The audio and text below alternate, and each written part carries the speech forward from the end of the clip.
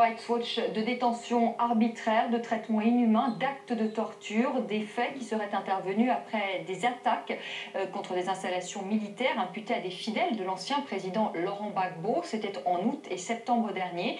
Aujourd'hui, le gouvernement ivoirien lance une grande campagne de communication. Maureen Griso a suivi pour nous le ministre de la Défense. Les ministres sont reçus en grande pompe.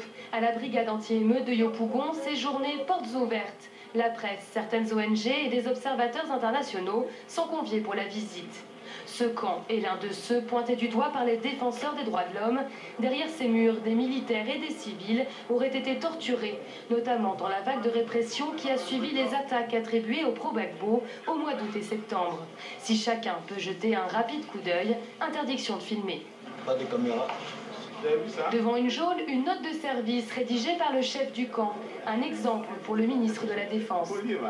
Il m'a constamment rapporté que certains militaires, en violation flagrante du droit à la liberté et à la présomption d'innocence, incarcèrent des individus comme voleurs semblent.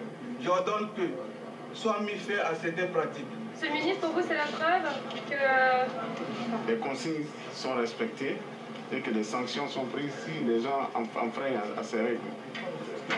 Cette note ferait plutôt penser à un aveu, mais les rares détenus présentés au ministre ne se plaindront de rien. Il y a seulement quelques mois, ils auraient pourtant été des dizaines enfermés ici pendant plusieurs jours, sans électricité ni sanitaire, ni accès à un avocat.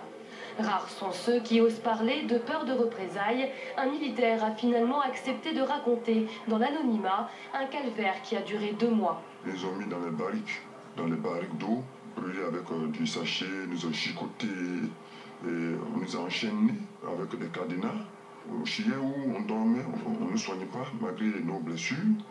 Et vraiment, c'était difficile à vivre là-bas.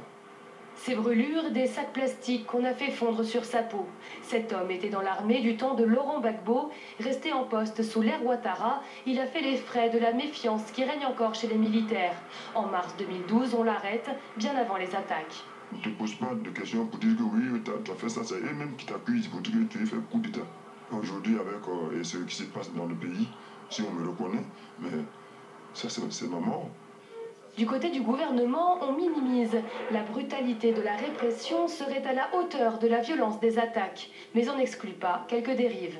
Nous ne rejetons pas en bloc le fait que certains éléments aient pu commettre des exactions ou des bavures. Et quand cela est connu et su, nous ouvrons les enquêtes. Mais jusqu'à présent, aucune victime ne s'est encore signalée à la justice militaire. 4 anciens militaires français de la